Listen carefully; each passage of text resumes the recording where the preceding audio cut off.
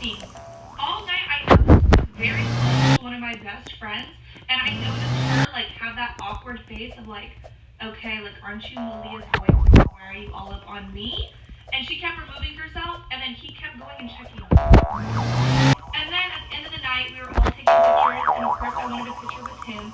My phone dead by the end of the night, so I take his phone to look at the pictures that we just took, and there's a bunch of notifications on Snapchat from an account that has a unicorn emoji.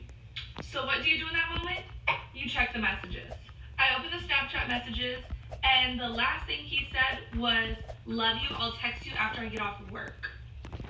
Work is crazy because not only did this man not have a job and I had to pay for everything, but you're at my sweet 16. He was 2 years older than me, by the way, so he was 18. Should have had a job. Look, I have to do my brows first, and I end up messing them up later on in my makeup routine. So I hand him the phone back, I show him what I saw, and I just like walk away. Later that night, once everybody went home, we fought about it.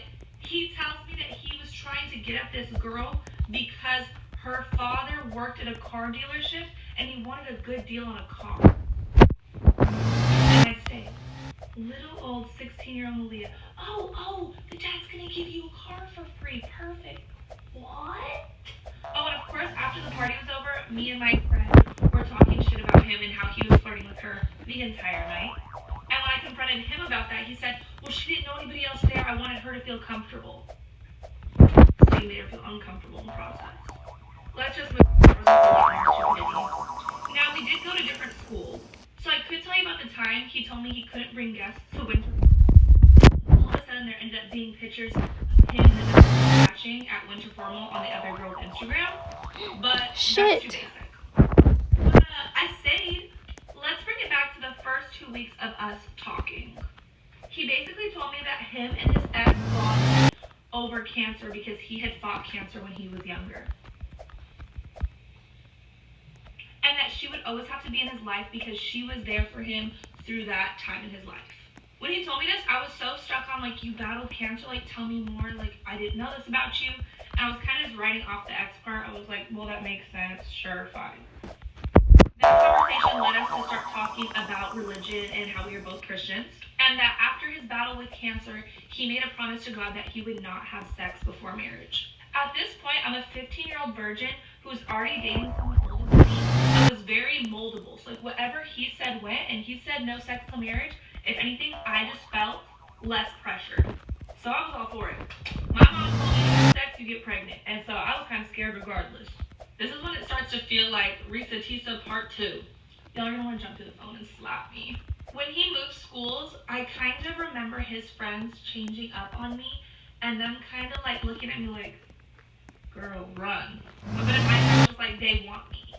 But a year goes by, we've been together, and then it's like a year and a half, we've never had sex. We genuinely never even got close to it. The most we ever did was like make out. In that year and some change that we were together, this man had sexual relations with over 10 women. And I had no clue. That literally all came out once we broke up. But nobody wanted to tell me, they just wanted to look at me crazy. There definitely were signs that I was just ignoring. Like I think I went over to his house to ask him to like the girls ask guys dance. And I had a poster and everything, and I was like, come outside, and he's like, I can't, you're here, what's going on? I was honestly so blinded by like an older boy. He was on the football team, he was on the track team, he liked me, I was a cheerleader. I was like living in this high school music and I did not care. I don't know. Him choosing to have sex with a bunch of people but me did mess me up for a very long time.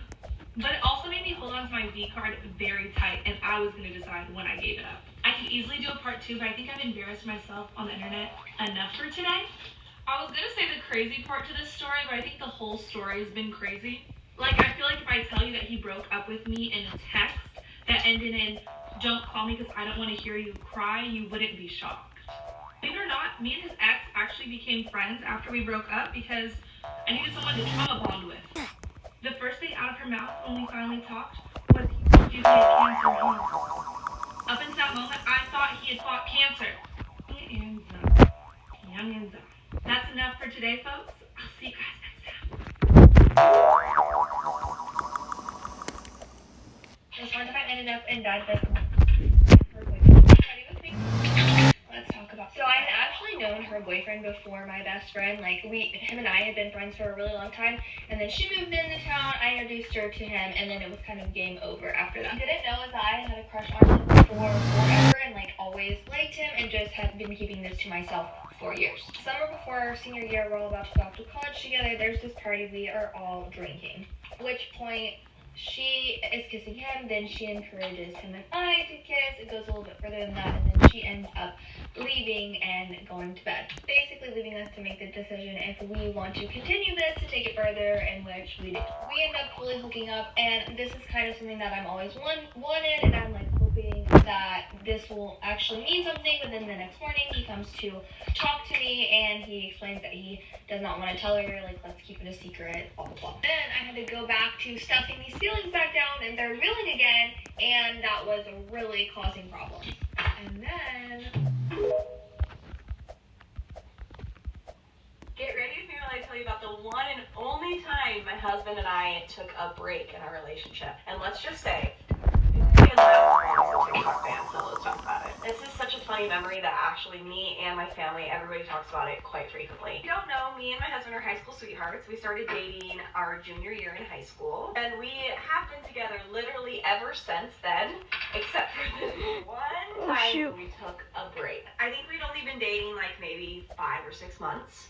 One morning, I will never forget, it was a Saturday morning. Sam had been hanging out with his friends the night before. Like, we didn't hang out. He was just with all of his guy friends. Also, at the time, Sam was kind of the only guy in his friend group that had a serious girlfriend. So he would get to me for it, and I just think that's something that was, like, always a discussion. He texted me and said, hey, can we talk on a Saturday morning? And I'm like, oh, no. So comes over to my house, picks me up, or we drive to, like, a parking lot nearby my house. And he basically is like, I think we need to take a break. I think we're getting too serious. Like, I just think we need to take a break. In hindsight, later on, it was essentially just him feeling like pressured by all of his buddies who were like, you don't need to have a girlfriend, it's so lame, you have a serious girlfriend. Tells me we need to take a break. I'm bawling. I'm like, like hysterical. He basically does it. 10 minutes later, goes and drops me off back at home. I walk inside the house, bawling hysterically. My whole family's home. I'm in my parents' room, crying, can barely get words out. I'm like, all my sisters were like, oh, like, I can't remember. It's Jensen or Brinley who has more of a vivid memory, but they were like mad at Sam. I told both my parents, like I'm like, I told my mom, my dad, and they're like consoling me pretty much the whole day. All of a sudden, like not even, maybe literally not even like 8 hours later, I get a text from Sam. It was football season. There are 2 pretty big college football teams here in Utah. You've got BYU and you've got University of Utah. Sam's family is huge University of Utah fans. They have tickets and go to every single game. And it's Saturday game day, all right? So I get a text from Sam, and he's like, just out of nowhere. Remember, he just told me we need to go on a break. And he says, hey, my mom just asked me if you want to come to the game with us tonight. And what do? Yes, I'd love to come.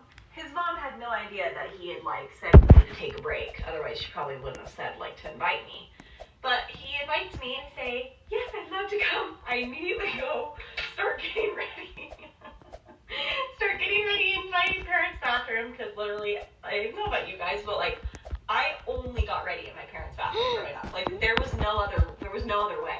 I had a bathroom right next to my bedroom, and no, I was getting ready in my parents' bathroom. Me and all of my sisters did. I don't know if that's a normal experience, but that's how we did it. The funniest thing is hearing my mom and sisters recall this, because I'm just in there silently getting ready, and my mom comes in. She's like, this is after they've consoled me for like an hour or 2 hours while I was crying hysterically. I'm like, oh, I'm going to the football game with Sam. And they were like, what? I thought you guys just broke up. Sam takes me out. We go to the game, have a great time. On the way home, he's like, I don't think we should be on a break anymore. And I'm like, yeah, me neither. And that was the only time we ever took a brief pause in a relationship. And like I said, it didn't even last as long as the TikTok ban, so I think that could possibly be the shortest breakup ever, but I don't know, you tell me. Here's your story, guys. Hope you enjoyed. One and only Botox Cosmetic, FDA approved for over 20 years. Book a consultation at botoxcosmetic.com.